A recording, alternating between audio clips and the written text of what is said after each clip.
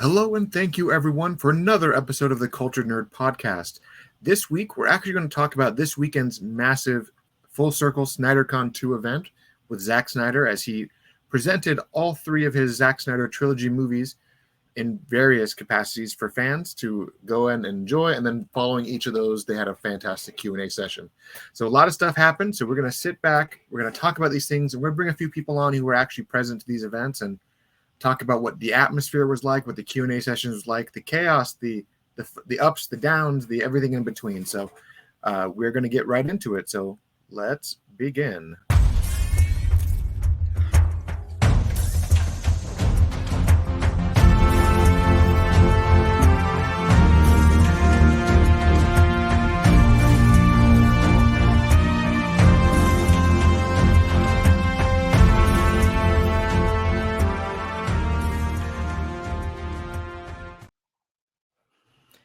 It happened. We talked about it. We kept talking about it. We were excited for it. We were there before it happened, and it's now happened. The event has happened.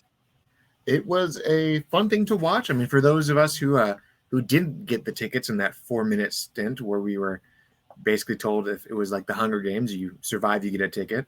But we get to watch it at home. And we had our little event on Saturday where we helped out for the AFSP, and we did a live stream leading into the Q&A.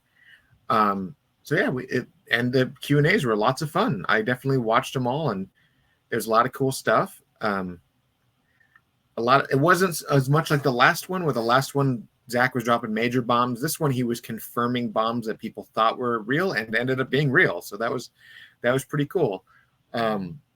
But we definitely have some people to bring on and talk to about. But yeah, we watched it from the comfort of our own screens, but we've been able to get some live gumshoes live on the spot that were there for some of the days. One of the person there for all three of the days. So let's bring all those wonderful people in. Yeah. So for right off the bat, Lady Genevieve, she has been a longtime collaborator with different projects I've been involved with. I believe there was that one time you were interviewing Ray Fisher, and I just sat there behind the scenes and was like, hey, this is fun. And we got to all talk to Ray after you were done, but there's a lot of fun little interviews like that we all got to do.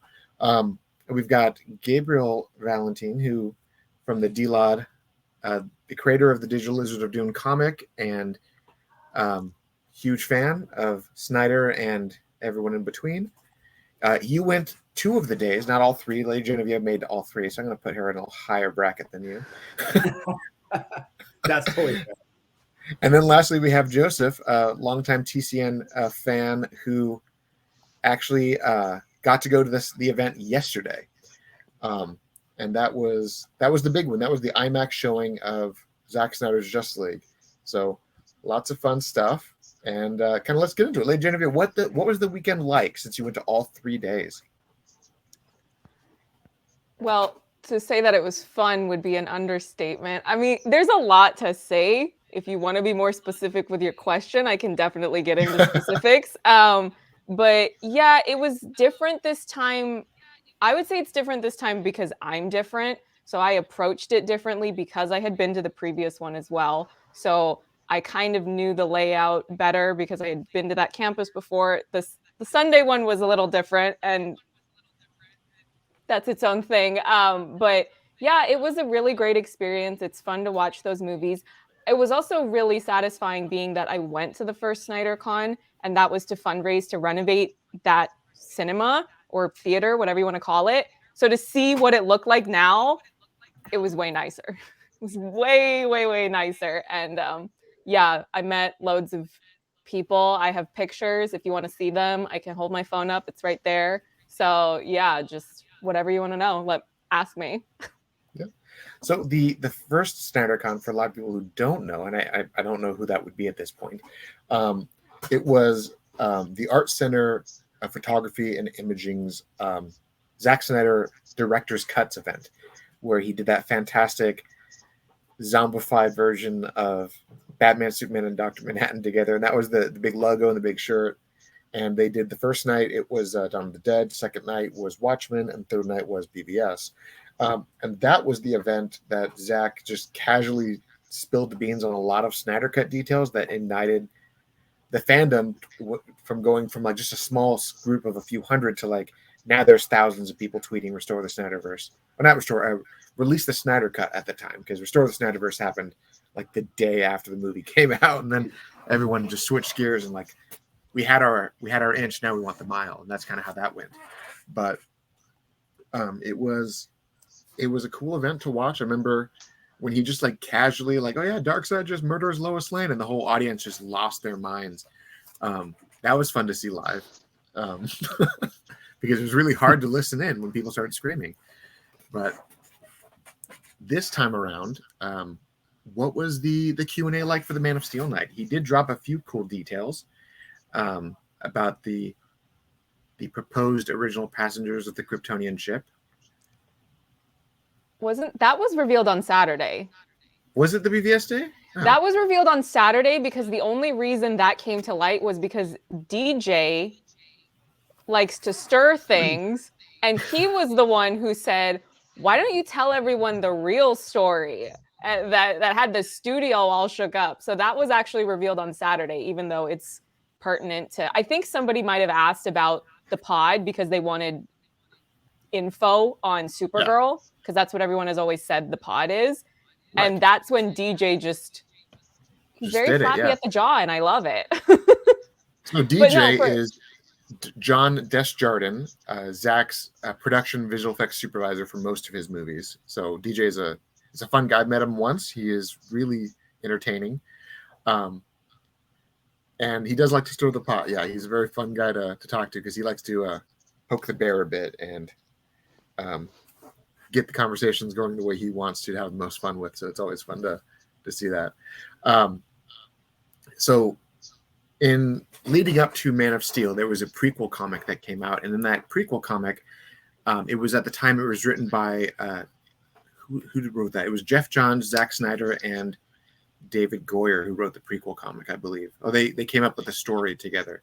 But that was the response to what Zach's original plan was. And apparently the studio didn't like it, so they got those three guys together to come up with a better plan. And that's how they kind of subtly hinted at Supergirl being the survivor of the pod. But on Saturday, like you said, DJ stirred the pot a bit and got Zach to reveal what the whole situation actually was. And I'm still reading about it on internet currently, where people are fuming about Zach's initial proposed idea. The thing is, if you're a creator and your job is to create a story, you're going to brainstorm different ideas. So like on my channel, I've done interviews with a screenwriter for a Netflix show. It has nothing to do with DC.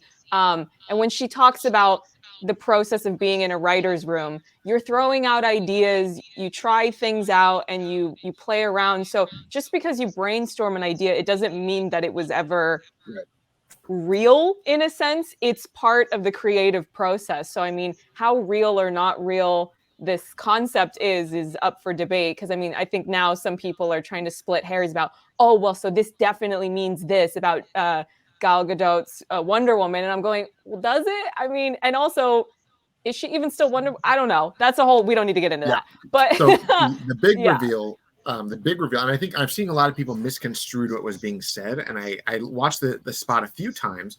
The big reveal was that Zach's original idea was that the ancient Greek gods were Kryptonian, and they were the ones who crashed 20,000 years ago.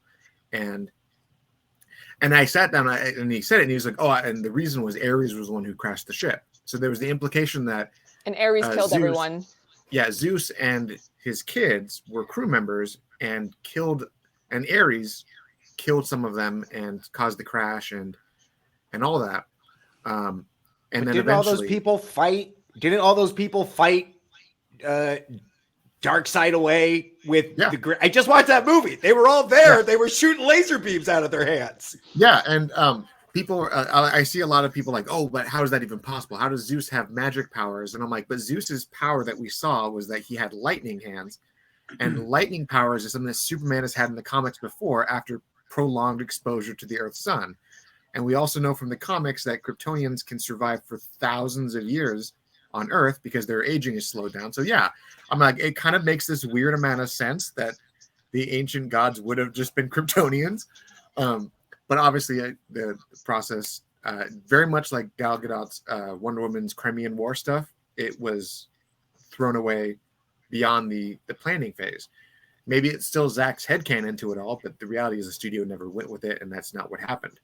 But that bomb happened, and that was a huge shakeup over the internet over the weekend, which was kind of fun to watch. Was there any big major bombs on the Man of Steel night though? Because I don't think I heard any. Well, even that, what was the vibe like? I mean, here's Man of Steel coming back, and it's coming back in a form of people that really want to see it. What was that like?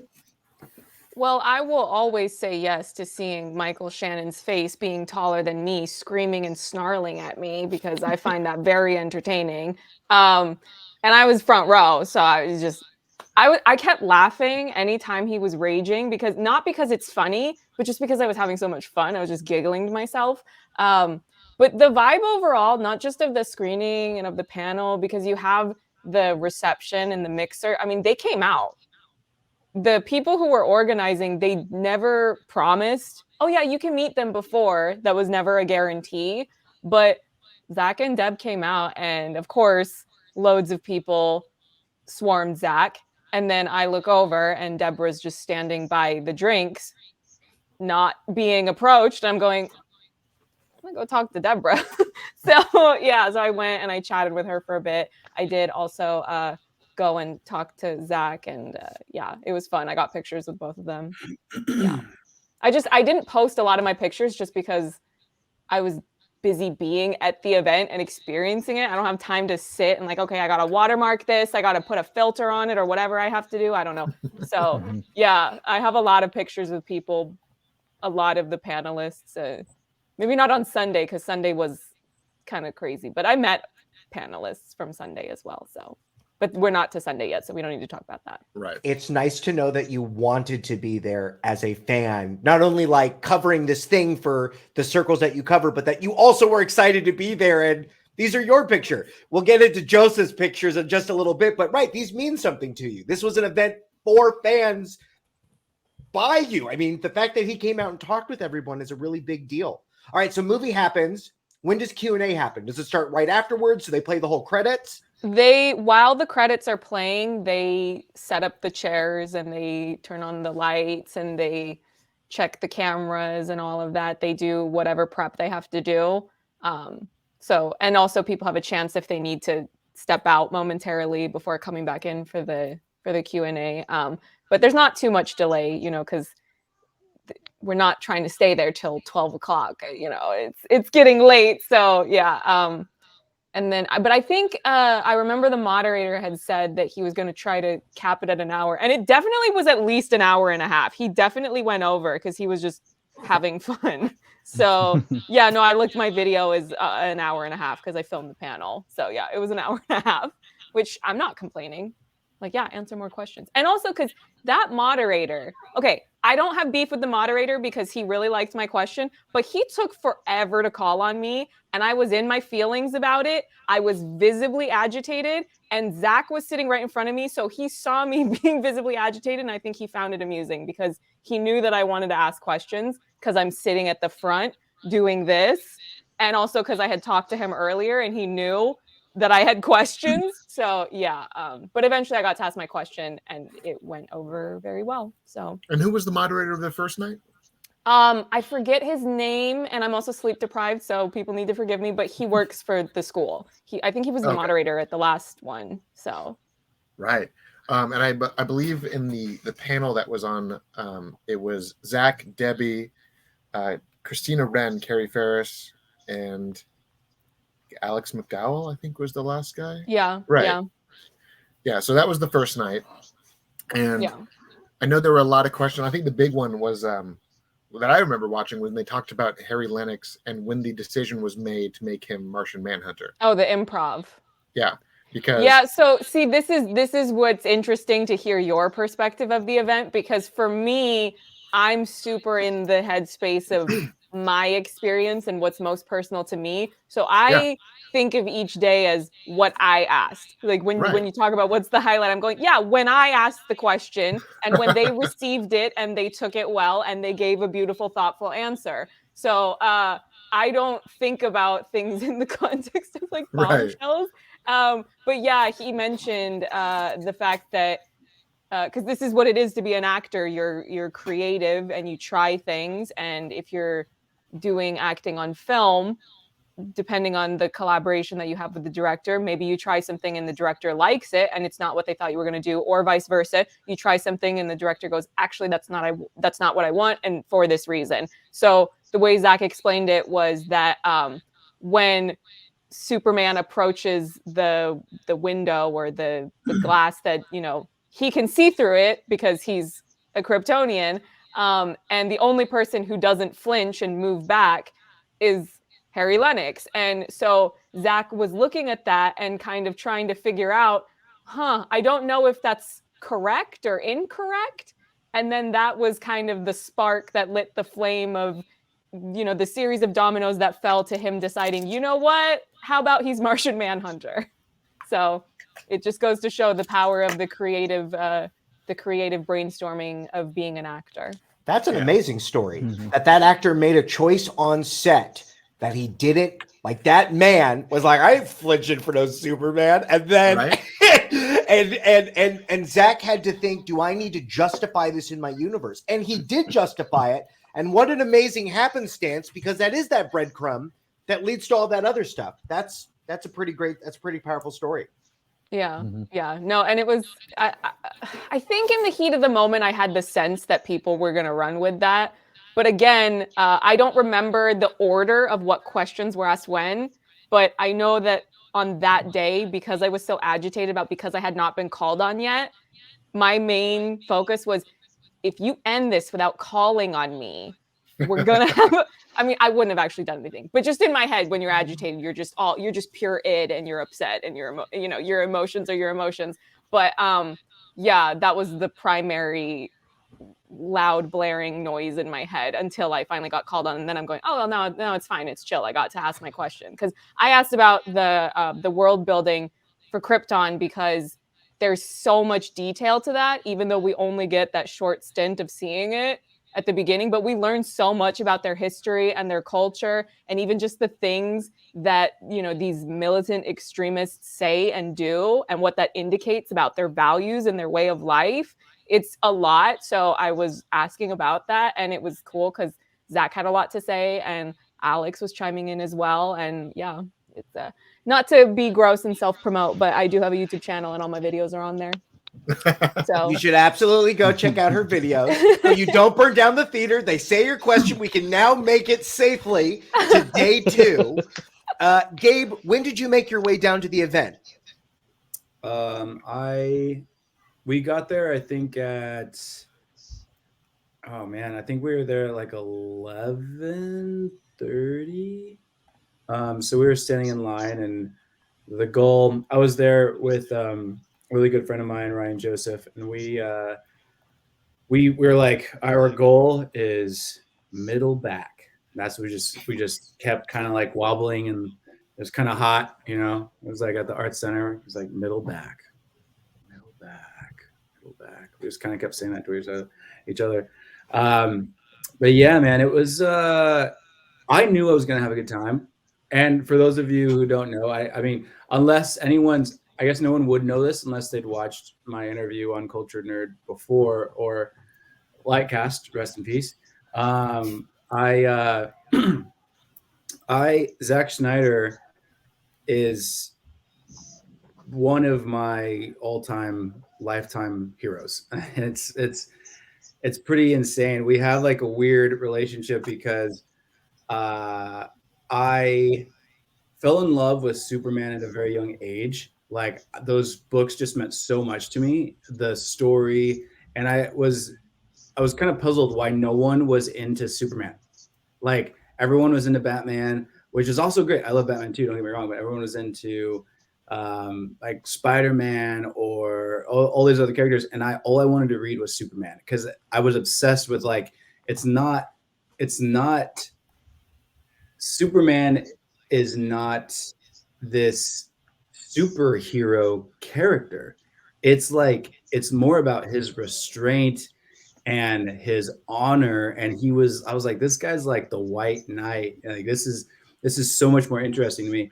And so as I was going into high school, Smallville came out like a year or two before I went into high school. Smallville came out, and I grew up reading Superman. So I'm like, oh my gosh, this is so crazy. There's a Superman story with him going into high school. That's amazing. So as I start watching Smallville, I'm about to get ready for high school, and then I see this movie. One of my favorite movies was the original Dawn of the Dead movie, the Romero Dawn of the Dead.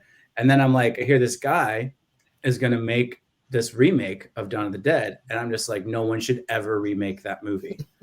and then I'm like, just kind of pissed off about it, and I'm like, I can't. I'm gonna watch this. I'm gonna hate watch this. I think that was before hate watching was a term, actually. But I was like, I'm just gonna go to see what a train wreck this is, and I go, and then I'm like, this is Zack Snyder. Who the hell does this guy think he is?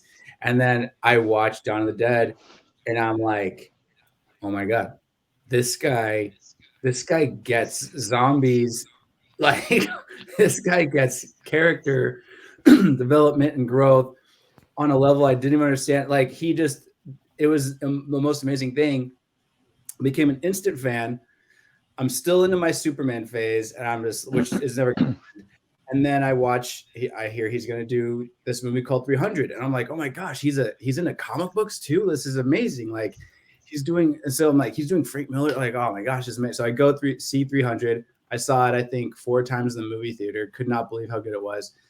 And then I was hooked. After 300, I was a fan, and I just followed his work. And then I hear that Warner Brothers is going to be making a Superman movie. And I remember talking to my friend Justin, and I was like, I hear they're going to, after Superman Returns did its thing, we're not going to go there. And I just remember being like, man, and this is like, you could ask him yourself.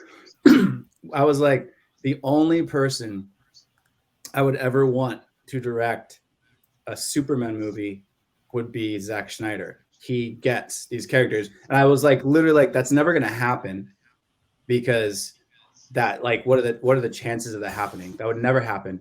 And I remember, I think it was like Rolling Stone or something. I can't remember exactly. It's been a little while, but I remember they show Henry Cavill's face. I think it was Rolling Stone who announced it first, that Henry Cavill is going to play Superman in Zack Snyder's Superman movie. And I'm like, I called just on. I'm like, dude, I think this is a dream. I don't think this is real. And I remember being like, it was the most amazing thing. And I remember when I saw Man of Steel for the first time, I was like, this is the greatest superhero movie that's ever been made. Like, it hit so hard with me, and it was so emotional. And I was like, this is exactly what I wanted. And so fast forward to now, being at that event, seeing, I already told Taylor this on the phone the other day, but watching Dawn of Justice in theaters for the first time, I had a bunch of people that didn't like Man of Steel. I dragged them with me to the movie theater to go watch that movie, and like preaching the gospel of that movie to people who were like, we don't get it. Like, why does he say Martha? Like, what I don't understand. And like all this stuff. And then being in a room this past Saturday with people who were there to see that and relive that moment as if because it meant so much to them, and everyone was in unity. And that's not a Justice League pun, by the way, but everyone was there, and it was just so cool. And yeah, man, I was saying this before we went live, but yeah, it was like super emotional, man. Like, it was a really cool moment, and it's one of the greatest American mythos being told through the lens of one of our greatest directors. And it's like, I don't know, like, there's not much you can say about it. It was just an amazing experience. I feel so lucky that I was able to be there. It was really cool. You know what's funny is that because they played BVS at the last SnyderCon, and at both showings, the second Diana shows up, ready to save her boyfriend Bruce. Don't yell at me about it. They're cute together. I got a Wonder Badger for her. It's just an eruption every time. because it's such a good moment, you know, because it's like he's gonna get fried, he's gonna get cooked, and He's she done. just shows up right on time, and it's so satisfying. They're The so music. cute together, and the whole movie they're cutesy, and then in the next movie she's having tea and she's flirting with Alfred. She can move in. I absolutely wish that we could have seen those two get together. Alfred and Wonder Woman, or Wonder Woman and Bruce? She's in the house. She's so good with everybody. She's flirty. She's nice. She's making tea. I remember when Showed him how to make gauntlets. Yeah, I remember when the first trailer for Justice League came out and had that shot of them in the Batcave. I made a meme and I put it on Instagram, pulling a line from Mulan, where where Alfred is like, Would you like to stay "Do you want to stay forever?" for dinner?" And you hear Alfred in the background like, "Do you want to stay forever?" Like, and I put that meme out there, and people like really responded to it like 7 years ago. So I remember 7 years ago, man. That's crazy to even think about. however long ago that movie was, but yeah, like 7 years ago. Oh my god, yeah, 7 years ago when that trailer first dropped and I made that meme. Saturday had the question. best panel, Dang. though. I'll just say, if you have to judge which one was the best,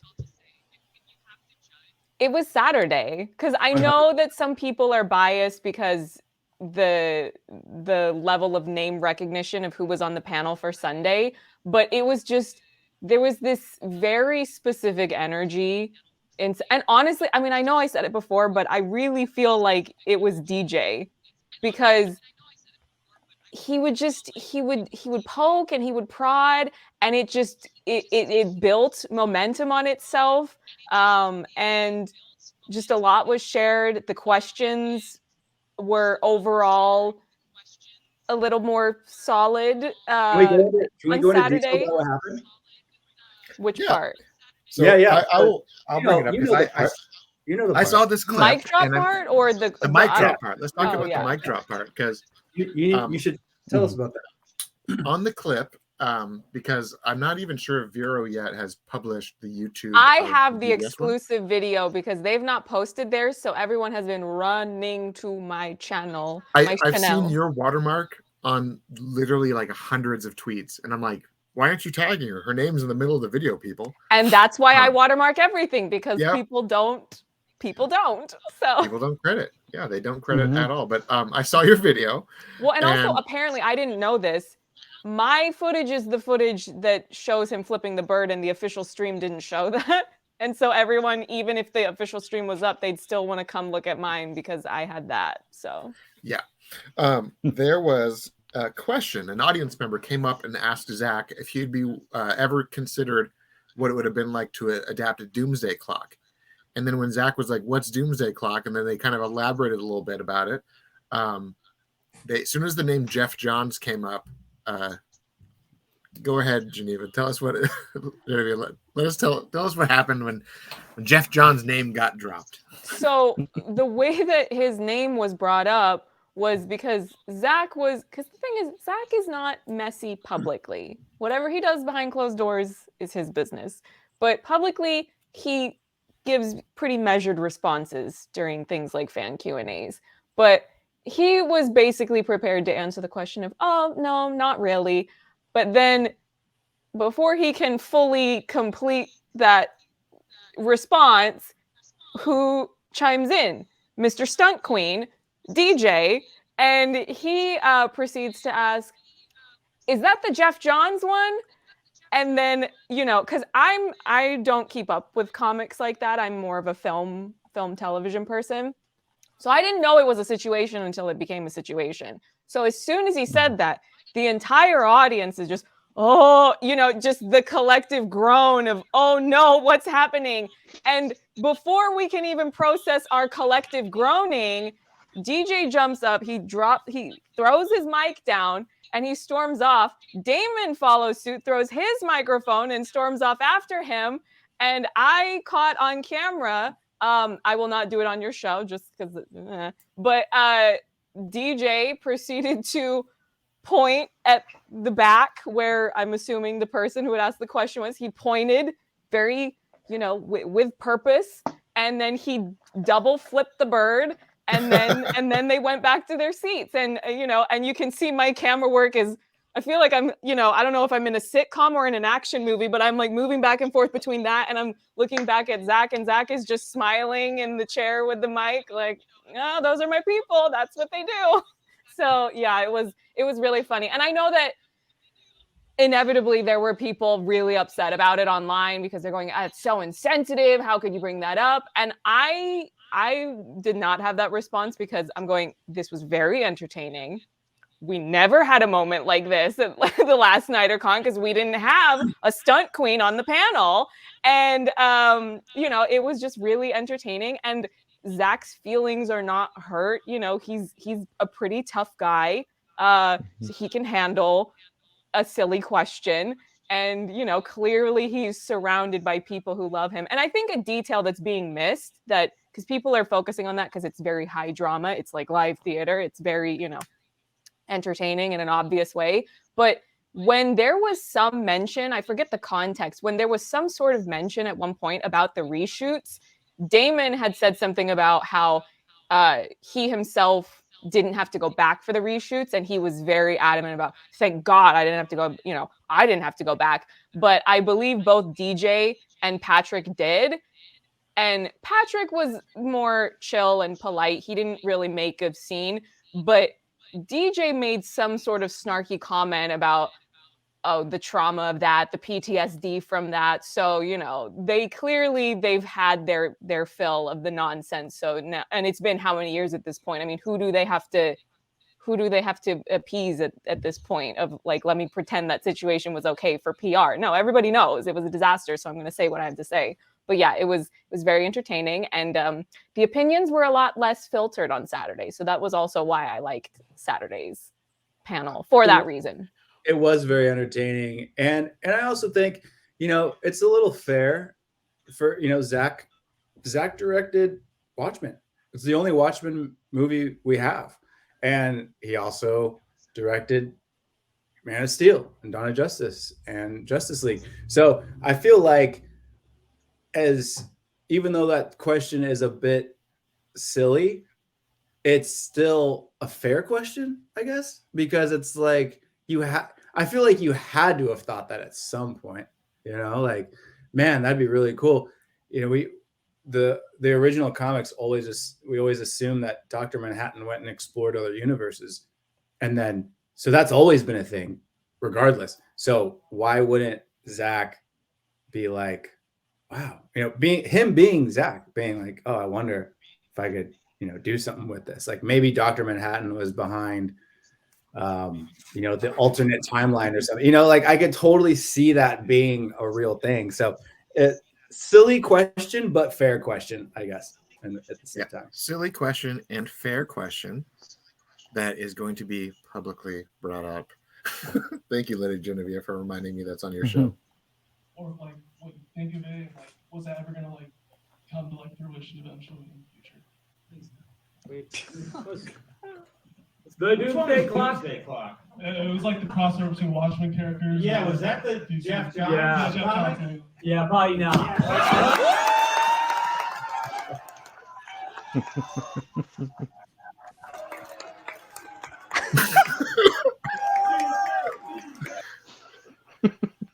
Yeah, I mean, I had to. Why not, right? I think if you go to the comment section of that video, that timestamp is written multiple times. Because people are like, where is that part? It is. I scrolled through a few times to find it. So, yeah. It's nice to see these people able to vent. Now that these relationships are done, there's movies are done, we can have this event where we're celebrating all of this. Yeah, when you hear these things like, oh, they have to do reshoots and stuff like that, we don't think anything about it. But it affects his entire team. And the fact that this will come up again, and I'll bring it up again, but these relationships are more than people's jobs. All of these people do movies with Zack Snyder because they want to be there. They have a working relationship because most people wouldn't put up with these things. They would quit. They would go, I'll go find another superhero movie to work on. But yet they stayed true to this man and his vision. And these are the movies that we get from it. Okay. So now what else? Is there anything else from day two? Well, I was going to say, like, I went and talked to DJ because they had the signing afterwards. And so when I got to DJ, the only thing I could say, because the thing is, I didn't get anything signed because I was like, I don't want more stuff. I have too much stuff. So I just wanted to go and meet the people and interact with them and have that, and take a cheeky selfie, but mostly to have the moment, because a selfie without the moment is it's ones and zeros on a screen, But once I got up to him, I was super excited because I've never met him before, and this was my first time really experiencing the experience that is DJ.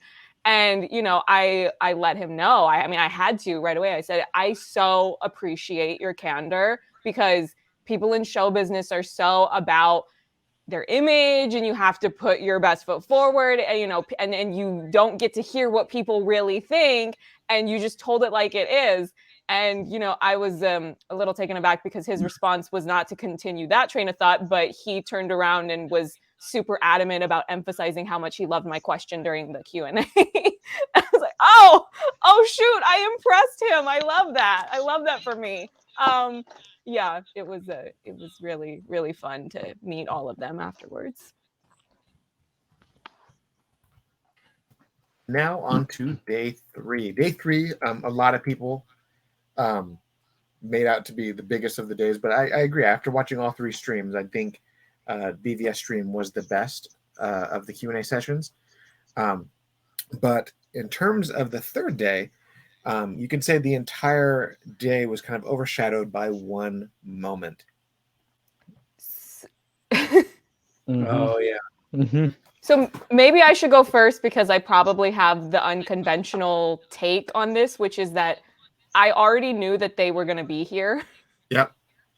I won't go into details. I knew Ray Fisher would be there, and then I found out later, after I had already found out that Ben was going to come. But I was told, don't tell anyone, so I didn't. You can go look on my social medias. There is nothing posted about like, ooh, I bet something's gonna. I didn't say anything. So but I knew he was gonna come out. So I was excited for what I knew the reaction in the room was gonna be, and of course, it fully was exactly what I thought it would be, where everybody just could not believe that it was Ben Affleck coming out. But in my mind, I'm like, well, he's in LA. And he loves Zack. So, if he's available and he's in town, he's not, busy filming something in a different state or whatever. It's kind of what he does. And honestly, the most surprising part about Ben coming out was that he had the AMC cup in his hand and not a Dunkin' Donuts one. So I was like, we're off brand today, but all right. You walked out with a soda. I thought that was the funniest thing. Yeah, but Ben Affleck is the weird glue of all of this. Because even though Zack Snyder's movies are over, Ben Affleck seems to sure show up at all of these things as Batman all the time. So here he is putting on the mantle, and not the same regard, but being that actor. Okay, what do they talk about? I want to say something really quick. Yeah. Because I'm sure, Joseph, Lady Geneva, you both picked up on this. I think you know what I'm about to say. But when Zack was talking to Ben, he said, I'm so glad, we got to do this movie and for you to put on the cape and cowl one last time. And I remember being like, interesting that he said one last time. And there's no point to me. Like, there's no like hidden message that I'm trying to put here. I'm just saying it was interesting he chose those words, because we had Suicide Squad, then we had the Flash, obviously, coming out. So it was, I don't know, I was surprised no one had a like eruption when he said that, or like or some type of emotional response to that, because I picked up on that like right away, and I was like, oh my gosh, that's really interesting that he said. I did talk to some people behind the scenes who knew Ben was going to be there, and a lot of people, they all kind of said the same thing, that this was Ben getting his closure. And but at the same time, even in the Q&A session, Ben did kind of allude that he would show up for Zack again if the opportunity presented itself. Of course. But there was a lot of fun events. I did want to just show the entrance of him popping up on stage, because that was a big one for people. And it was really fun with how close I was sitting to see him taking in that people kept screaming Because like they didn't just like, oh, he's out here, we're cheering, and now we're gonna all be quiet and sit down. Because people were just could not fucking believe. Oh, sorry. People could not believe that he was there, so they just kept yelling, and you'd think it was gonna die down. They just kept yelling, and he was very taken aback because right. He comes out, gives Ray the biggest hug, gives Zack big ol' hug. That was an epic moment. I also feel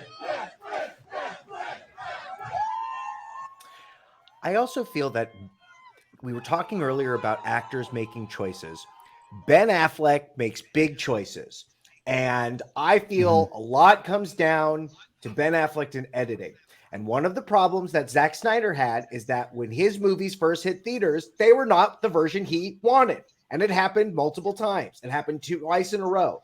So to see these movies in their form, Ben Affleck's performance in both of those movies are great. When the tone is changed, when you get that serious, and I'm glad that he got to feel the love from that universe, that we were happy that he was Batman and he did the job well. You know what I mean? He's not like, oh, that movie's great, and then there's that bad Batman. No. They're all pulling a great weight in there, and it was nice to see him get to be a part of that event. I told him he's the best Batman when I got on the mic to do my question. I told him. Well, first I said that he was the great Pierre d'Alençon. That's his character from The Last Duel. That movie was a banger. And all of you who didn't see it at the cinema, you are my nemesis. And then I said, and you're the best Batman. And he like smiled and was gracious. And actually, but he said that though when he was talking on the panel, he mentioned that now. And it's interesting for him to say this because he's been in the industry for so long and he's been in so many things. He says that now the thing that he gets approached for the most and the thing that people are most feeling that type of connection to him for is him playing Bruce Wayne / Batman. And, I love that, that it's being received the way that it should be, and that then in turn that audience is giving it back to him if and when they encounter him out in the wild streets of Dunkin' Donuts Lane. People aren't watching Chasing Amy. Okay, I totally get it. Batman is the thing that is resonating with. I'm watching it. What's wrong with you? Okay. Real quick, speaking of Chasing Amy, I was going to bring this up at some point, but I'm also a huge Kevin Smith fan. And I've been listening to Fat Man on Batman. Well, I guess it's called Fat Man Beyond now, but I've listened to Fat Man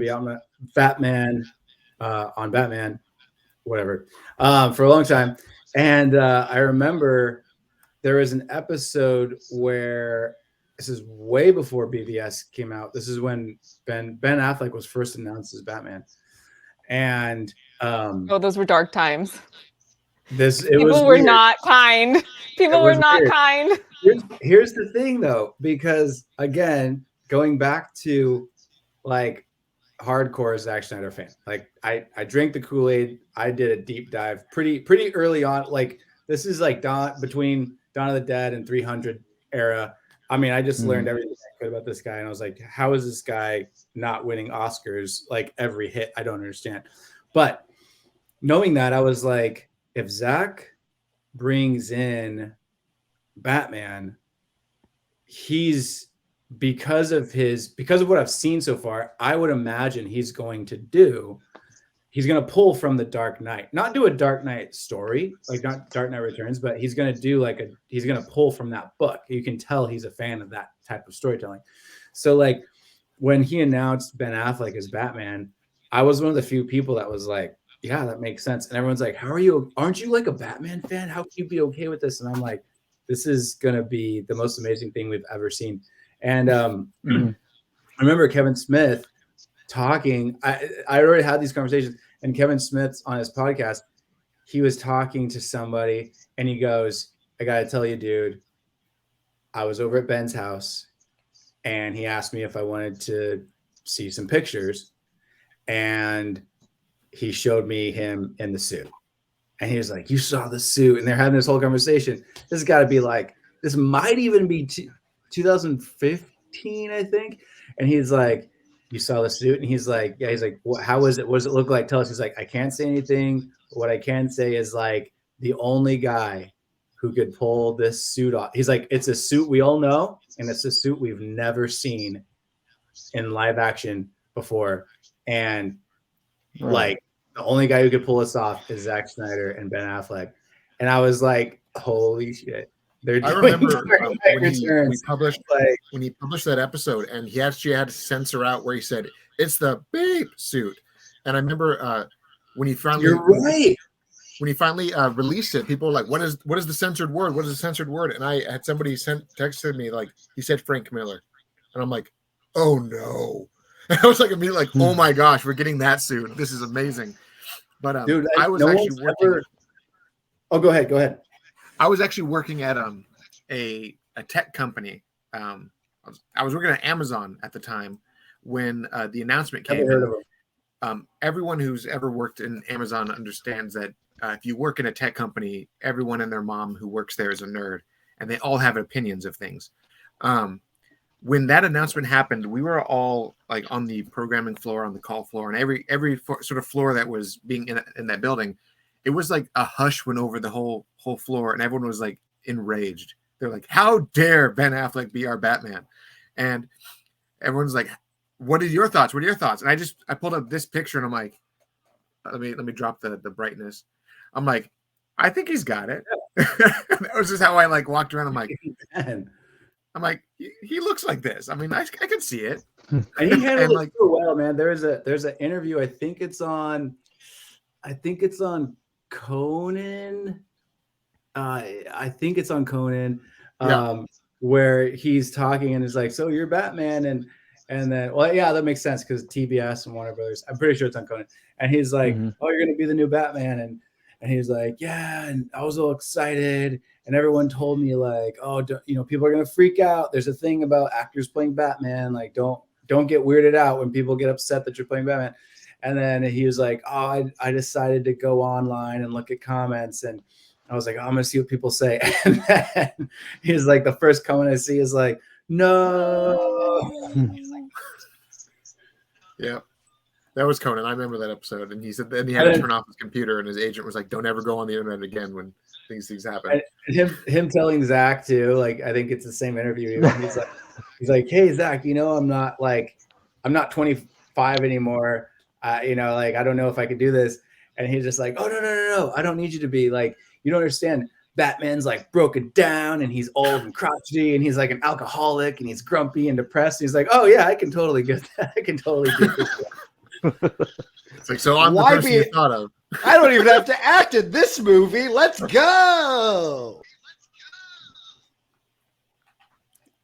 Yeah, I was gonna say, speaking of Kevin Smith, because I'm a huge Kevin Smith fan too, and when Ben Affleck actually came out, I actually shouted, "Man, yo!" And yeah, I thought that was pretty funny. I don't know if you heard it or not, but I thought that was pretty cool. One part dropped out, but it's okay. What was you had a magical experience. You went on a Los Angeles adventure. You did an entire thing. What of the from that movie, from that Q&A, what is the thing that you remember? Genevieve remembers until they acknowledged her. She was on the pins and needles. No. That was only Friday. Saturday and Sunday, I was the first question of both Q&As. So right, so you got acknowledged very early. Joseph, what was your acknowledgement that you wanted? Right. It was basically when Zach was describing just how some of the Joker, someone had asked about the Joker and where that was going to go because of the Jesus Joker, with the crown of thorns and stuff like that. So I was actually interested in that because of the whole nightmare scene, and he pretty much basically said, they're like doing that kind of like a buddy, like the. I wanted to do that, and I thought that was actually really interesting. And then someone had asked about, I think it was Adam, and what happened with him. I thought this was funny, but they're just like, oh, he died. He had the good fight and didn't survive. So that was pretty much what happened with him, and I thought that was hilarious. There Yeah, was Zach's- definitely, when Ben was talking, he was explaining about what his mindset was to get into Batman and Bruce Wayne and stuff like that. So that was really interesting to hear. Yeah, it Yep, we lost him. That's a bummer. Oh no. But for people, he'll pop out again. He still had the link when his connection fixes. But this is the photo that when it released, I remember the internet, the people who hated Zach at the time and hated Jared Leto at the time, they now had more reason to hate him. But this was a very controversial photo that went nowhere, and I think people just got really upset for nothing because it was just Jared Leto being Jared Leto. Isn't that just what it means for Zack Snyder to just exist? Is people getting upset over nothing? Yeah, You say like- that as if it's like, oh yeah, well that was because of this. I'm going, no, that's everything. He Well, breathed, real- and they're like, "How is he using my oxygen?" Yeah, pretty It's much. today. Which is so honestly, this is what's so weird about it is because, you know, I've met Zach a few times now, and it's just he's very consistently chill and nice. He's very Right easy now. to get along with. So you can tell that people who dislike him or claim to dislike him haven't really looked into him at all, because I'm not going to get into specifics, but there are people in the industry that I don't care for, but it's because there's mountains of evidence of them not being the type of person that I want to be supportive of. And it's Right. not just, oh, well, they seem, oh, well, I'm going to interpret their stories in a weird way. It's, oh, no, you're caught on video screaming in the face of one of your actresses. I don't like you, you know? Yeah. Because Zach and Deborah, oh, actually, this is relevant to Sunday. So one of the people that I went and approached to grab a picture with and say hi and all that was one of their producers, Wes, because he was there all weekend helping to run the event. And I had not approached him all weekend. So I went, well, it's Sunday, I should do it now. So I went over and we took a picture together, and he unprompted was complimenting the quality of the questions that I have been asking that weekend. This was before the panel though started, before the screening. We hadn't been let in yet. And he just completely unprompted proceeded to start giving me the Cliff Notes version of his career, of how he got started with meeting Zach. And it was kind of funny just because I had not asked him a question. He just started sharing. And one of the things that stood out to me was he mentioned how a lot of people in show business, they have horror stories. But because he, for basically his entire career, has been working with Zach and Deb, it's been great. It's been lovely. He doesn't have horror stories, you know? He's loved working with them. So, yeah, it's just, if you're really trying to look for a reason to dislike him, you're not going to find evidence that's going to support the claim that you're trying to claim is true, because it's not. Yeah. Well, we have a great time right now because this is a fabulous timestamp, because we're right before Rebel Moon is a thing. Do we want to guess about what shade will be thrown his way when Rebel Moon comes out? It's too much like this other property. He's ripping off Firefly. I mean, what do we think? What do we think shade's going to be thrown? 100%. They're going to just be like, "Wow, this is just a darker, edgier Star Wars." Meh. Like that's literally what I people are agree. going to say. They're gonna go after him with all that. They're gonna say it's gonna be culturally insensitive to Japanese culture. I bet you Japanese culture. He's not gonna have. It's not gonna be original. That's always the thing they do with him too. It's like, oh, this is just such not an original story. This I'm is like, just Seven Samurai in space. How dare he? Artists are inspired by art. That's kind of how that works. yeah, it's all. It's It's, like- gonna be. It's like, everything. tell me you know nothing about being an artist with, you know, like that's how you know, because everything is inspired, and, you know, bits and pieces are coming from the things that influenced you. I mean, you know, I saw Joker when it came out, and I'm not going to say that I didn't enjoy it, but isn't it very obviously just like a Martin Scorsese movie in DC 100%. universe? So you know what I mean? It's you can't, you have to be consistent. If you're gonna nitpick that, not, oh, it's not original enough, I'm going, well, everything you're watching is from something else in some Yeah, way. I was actually having this conversation with my brother last night about, like I watch a lot of horror too. So like watching Hereditary and stuff like that, like to me there's some original stories like that, you know what I mean? And I actually really like it. But everybody doesn't want to rip off anymore. And so they try to go for the original takes and try to do something original, but then everybody hates those too. So it's like, I don't know, there's a lot of battling in between like what's original and what's being ripped off or whatever now. I mean, filmmaking stands on the shoulders of giants, and you can't make a space movie and not have it be compared to Star Wars. Or Star Star Trek. Wars redefined Yeah. what space movie was. Yes. I'm sure that space movies will be redefined again, and maybe they kind of have in movies like Gravity, where now we're really getting into like, what's the real physics of space? Brad Pitt had that movie where he's going through space, and it's like it's a real space movie, but it's kind of science fiction. You're talking about Ad Astra? Yes, where it's just like, oh, okay, it's kind of like 2001, basically. But all of these things, as long as we're getting Zack Snyder's eye, and everybody here has now watched enough of his films, he has a very distinct way of doing things. And I'm excited to see his take on space, because I think it will feel different than those other properties. Oh, 100%. It's going to feel weird. That's all I'm going to say. Because I have a friend who is working on the project, and they have sent me things that I'm not allowed to share. And I'll probably share it with you guys after the show, just so you guys know it's real.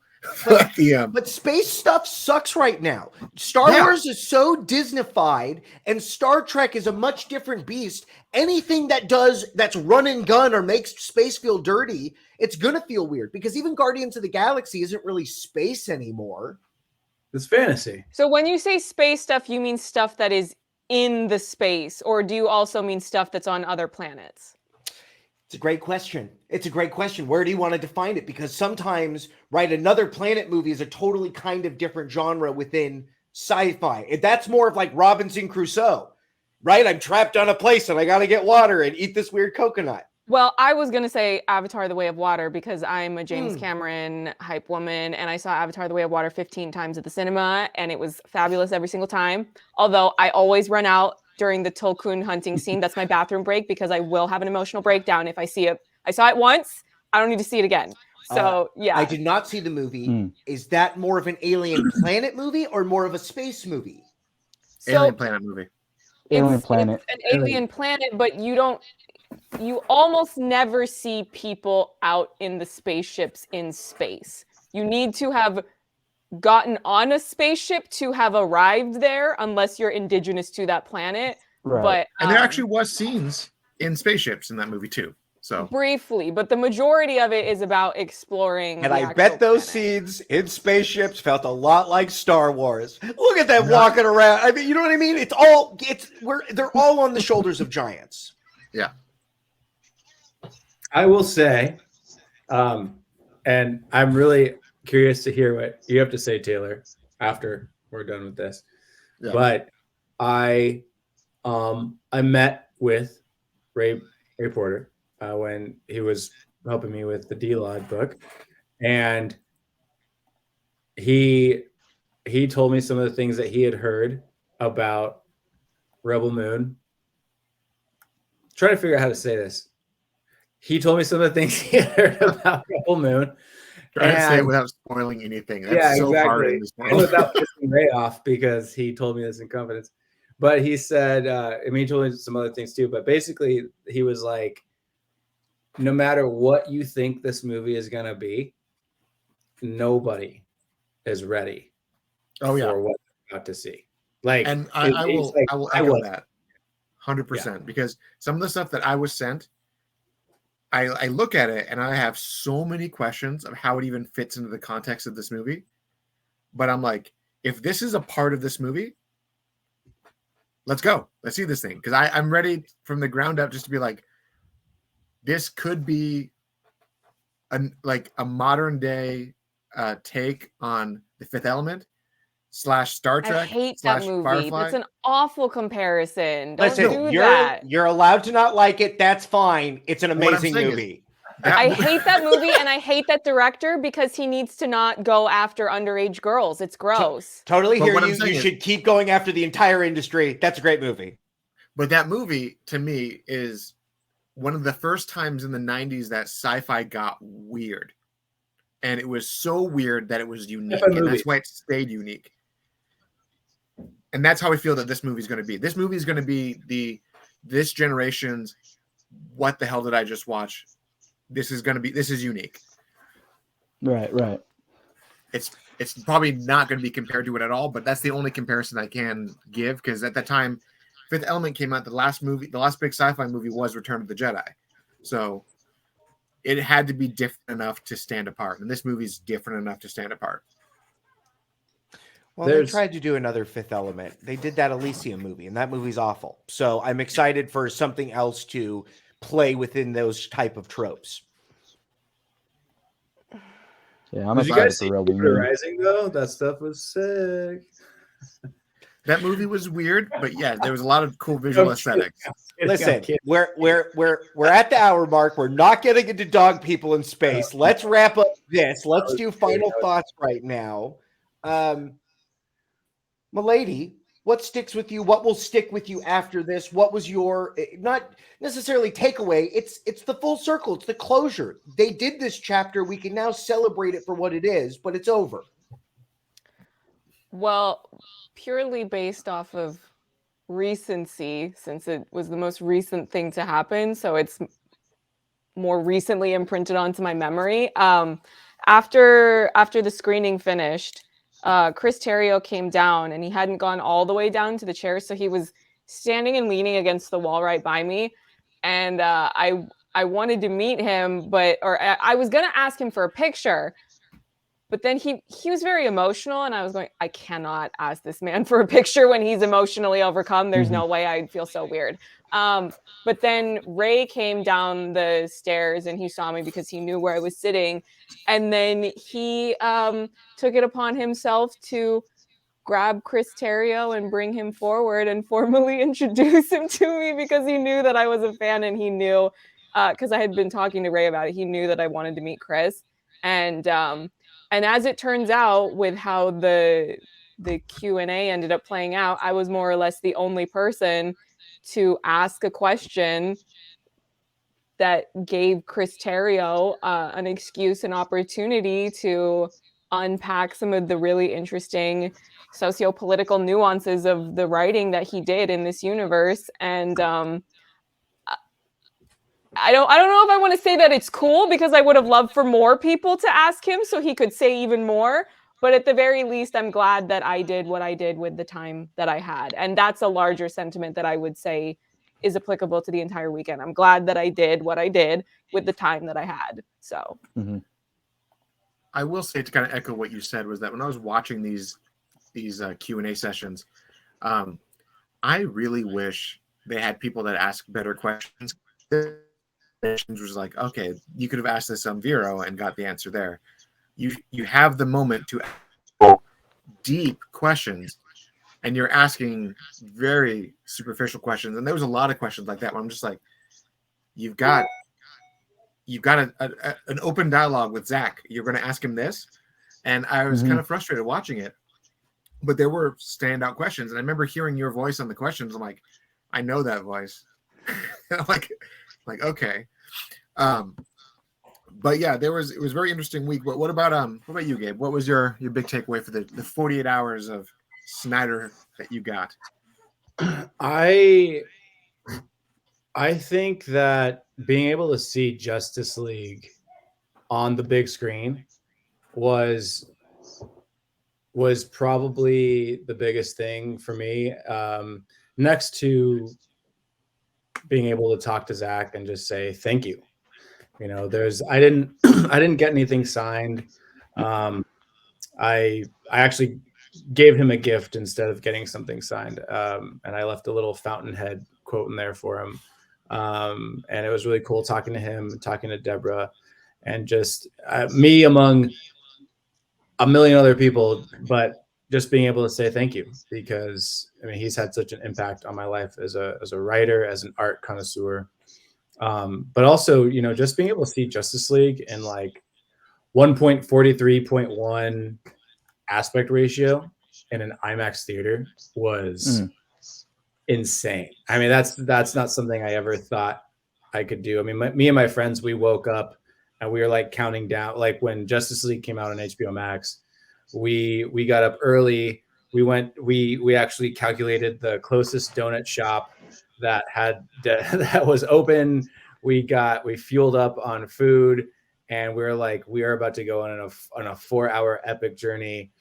And we made sure we had the best sound system. We arranged furniture. So being able to experience that again, also with my friend Ryan too, because him and I have been such Zack Snyder fans for a while. That was the most amazing thing, man. Like, that was absolutely incredible. And the camaraderie that was in that room, everyone was there for the same reason. And that was so beautiful. You know, I felt like an outsider. I felt like an outcast when it came to Zack Snyder films for years and years and years. I think the last time anyone agreed with me on a Zack Snyder film was 300. And then a couple people on Watchmen. And they still weren't on the same level that I was on. You know, it was like, oh, did we have to have blue penis? You know, like that was like, it was like, that was such a big, I was like, dude, who the cares about blue penis when like we got movies? James Cameron cares. There's a whole story. There's a very big story about how many people he assigned to make it look accurate. Yeah. Yeah, it's so dumb. And it's like, people only cared about what they read in these headlines. It's like they read these headlines like, oh, like this is what I'm being trained to think, so I will think it. And it's like, do you not understand? Like, art like this does not come around that often. Like, I don't think people, I don't think I'm being bold by saying this, but I feel like Zack's work is going to be studied thousands of years from now, 100%, because I think it's going to be one of those Da Vinci things, one of those Picasso things that people didn't appreciate it in its time, and they're going to look back and be like, wow. No, but there are people who appreciate it now, and I know because I got caught on. I'm on video saying as much. Like, I know I already talked, but this is relevant to what you're talking about, because it's like, I wasn't gonna overly emphasize this point because I didn't want it to sound like I was trying to self-aggrandize, and because that's not what I'm doing. But I kept having people from Zack's team being really adamant about telling me how much they liked my questions, because I was really peeling into the deep layers of like all of this socio-political commentary and subtext of what is in this specific trilogy, especially BBS, because that's the most political of the three. For sure. Like undoubtedly. And that The Empire Strikes Back, it's very dark. The ideas of the movie, it's all very dark. Yeah, because I mean, that was the whole thing because when I was asking my question on Saturday, I was referencing extremely big political topics that are about a lot to do with the war machine, you know, the military industrial complex, all of that. And I was citing specific examples because I really wanted to make my point and get it across of, you know, when you have false testimony being made in these government buildings that are used as an excuse to fan the flames of conflict between two sides that you want you want a conflict to happen between them, which is exactly what happens in real life. And you know, and that's like what's in those movies. So that, I mean, that's a Zack thing, but it's also a Chris Terrio thing, and that's why I wanted to have both of them speak on it, because they're incredibly layered. And they have so much going on, you know, where I'm bringing up like Colin Powell with the WMDs, and I could hear these like scattered applause, and I'm like, oh, so I know where you're at ideologically, because you know what I'm talking about, and you know, because that's what DJ was saying to me when I went up to him during the signing, where he was like, no, I so appreciate your question, because like that's what we talk about. What, like, all of us, you know, meaning the people who are working on the movie, like that's what we talk about. that's what, you know, is going on to make these movies. And, you know, and I'm just like, yeah, no, it's not, if you know about those issues, it's very easy to see that they're in there. So, you know, it's really just about, you need the audience to be historically, politically literate enough to understand what the movie is saying. Joseph, you're about to pass out any minute. You're on fumes Yeah, right I'm now. sorry, I can't man. believe. No. That's not a negative thing against you. What will be the last image running through your sweet head before you start dreaming about sugar plum fairies? Well, it's just having the experience to actually watch the movie in IMAX setting, and because originally when I watched it, because I went and saw it with my brother, and when we watched it on HBO Max, he was actually living in Texas, and we kind of planned it to watch it together, like sync it, you know. And to actually see the movie with him in IMAX, you know, him next to me, and then, you know, also sitting in front of Ray Fisher and Ray Porter, and then having Ben show up, there was a lot. Zack Snyder, period. I mean, I love all of his stuff. I've ever since Dawn of the Dead, I really enjoyed that one because like I said, I'm a big horror fan too. So Dawn of the Dead really caught me. But you know, being able to just witness, you know, Ben Affleck in front of my face, and seeing, like, you know, me and my brother next to each other, just riding this moment, we're just like, you know, I personally didn't want it to end. You know, when the movie was ending, I was getting kind of emotional because I knew once it ends, this is all over. I got to go home, and you know what I mean. And it was very, very emotional. It was fun. I had a great time, and I was actually really glad that this was pretty much, you know, it was able to be seen in the right format that it, you know, was supposed to be. And you know, you know, I've been thinking about it too, you know, since, you know, DC is going to go off and do their thing now.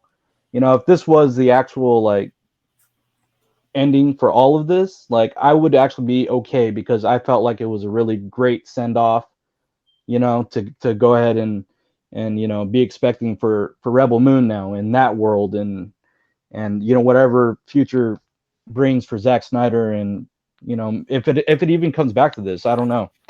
We never got that answer. So it was very, I'd say it was very emotional. It was very, very exciting, and just everything about it, just hanging out with everybody and seeing that I wasn't, you know, the only one there. It felt like a really big family, just watching it with a big family. You know what I mean?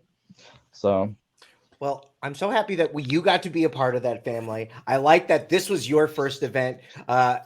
Lady Genevieve, you've done many of these things. You are a seasoned pro, but I love to hear that not only if it is your first time or someone that has done these things before, that the weight of all of this was felt on everybody in the room, and that this was a great full circle thing. And I love that Zack Snyder has redefined these films in supporting these charities, in saying, let me tell you what I'm really about, and having all of that resonate with the fans. Taylor, take us home. So, I mean, as we close, as we talk about the end of this show, I want to bring up again, even though that the event is over and the drawing is over and the winnings is over, if you can, scan that QR code, donate to the AFSP fundraiser for the Full Circle event.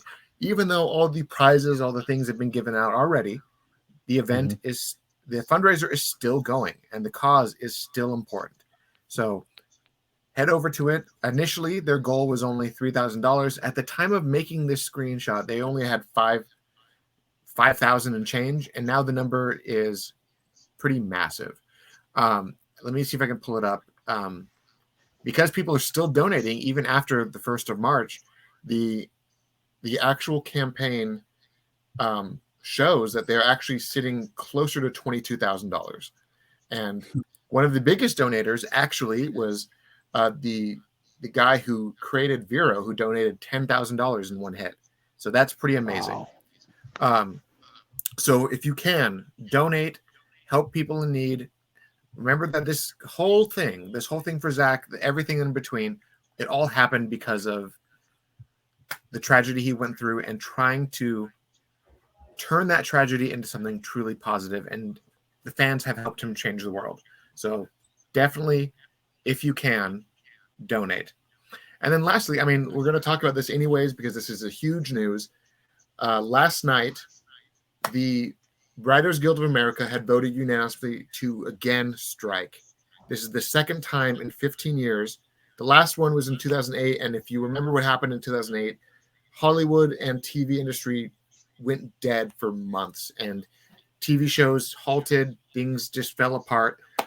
We don't know what's going to happen with the future of anything because the writers are on strike again, and we'll see what happens in the coming months. If it's going to be like last time and everything gets destroyed and TV shows die slow deaths, it might happen. But the fact that we got Zack's project, the fact that we got this is still a blessing. So I will always be happy with what we got. And I've said it before, we achieved a miracle, and to ask anything more would be greedy. But if we do get more, I'm not going to say no to it. So the thing that I gleaned the most from from all three was that even though people were asking questions about details that Zack had never publicly made, some of the things he still didn't want to talk about, like the detail about how Robin died, he hinted at it, but really didn't answer it because he said maybe it's a spoiler for something that may never happen. But if it does, it's a pretty big deal. Joker killed that kid. No, we know that. But he said that the true details is that Joker burned him alive. But there's more that I'm not going to, he didn't want to go into it. So he said that, yeah, it's a spoiler and we'll talk about it another time.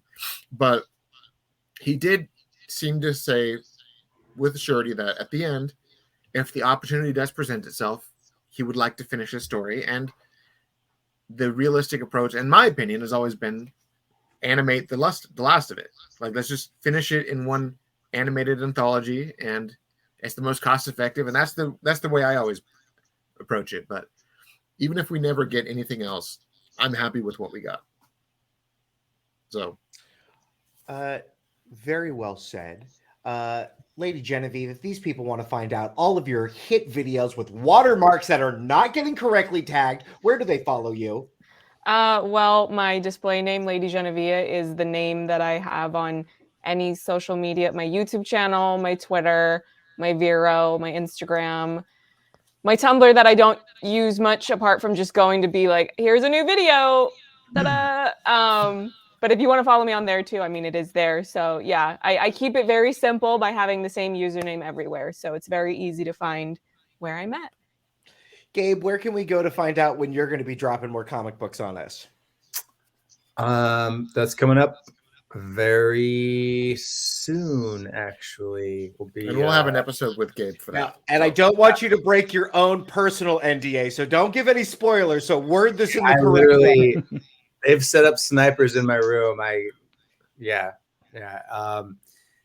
DLOD World or Digital Lizards of Doom, all one word. Pretty easy to find. If you type in Digital Lizards of Doom on Google, we're the only Digital Lizards of Doom out there.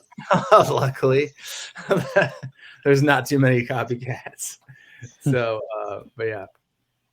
Joseph, if I want to hear all about your adventures with you and your brother, where do I go and follow you? I'm actually at Instagram, jokingzombie. Wonderful. Wonderful. All right, Taylor, this has been your host, Taylor Murphy, over at The Cultured Nerd. Please hit him up on the socials. He has children that he should be being with, but he wants to talk to you.